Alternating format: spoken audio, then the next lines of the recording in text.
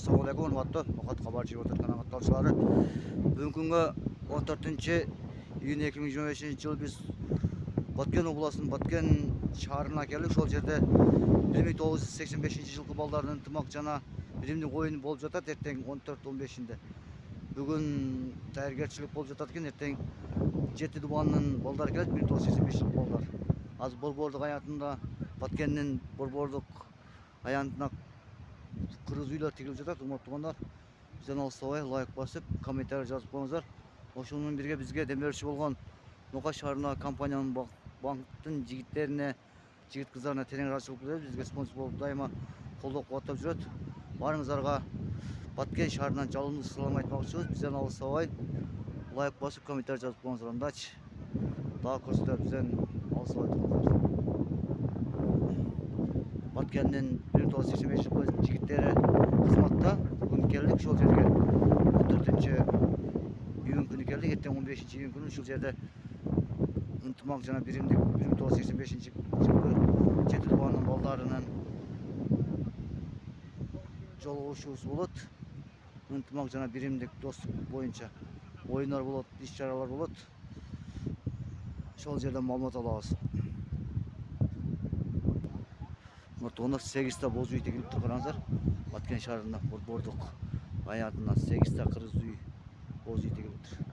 Азыр балдар Алла разы болсун, 1985 балдар боз үй тигип, меймандарды тосушуп кызмат кылып жатышат экен. Барыңыздарга Баткен шаарынан жалындуу салам айтмакчыбыз. Кеттик анда. Баткен шаары байрак жерде турат. Караңыздар. Барча соны. Баткен шаарынын Борбордук аянтынын дарбазасы балдар жүрүшөт.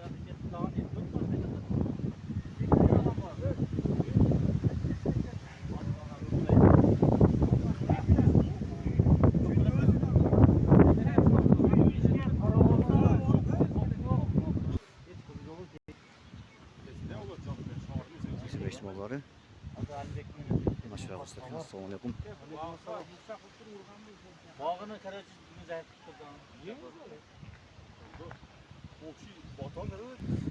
Batken oblası Bozadыр Aile Hükümeti'nin 85. balları. Bazılar.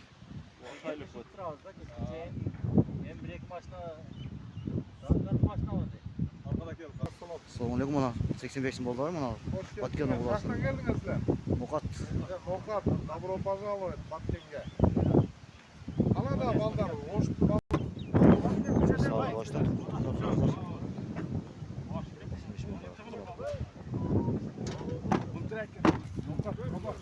Bu жерде пияз артышы. Assalamualaikum. Piyaz артышы.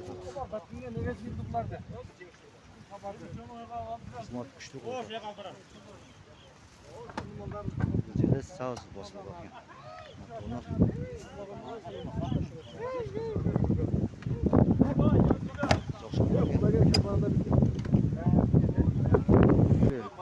Assalamualaikum.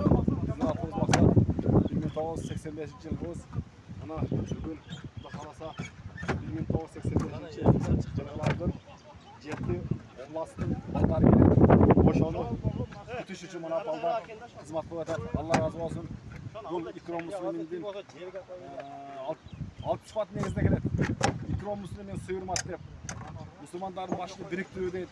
Uşul temçişler bardık Momu Müslümanlar 85 yılda bardı.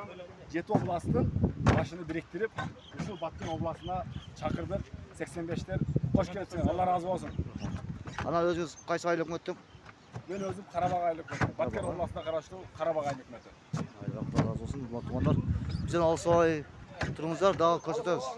Teş bollar aman bollar. Selamun aleyküm rahmetullahi ve berekatuhu. Teş bollar aman bollar.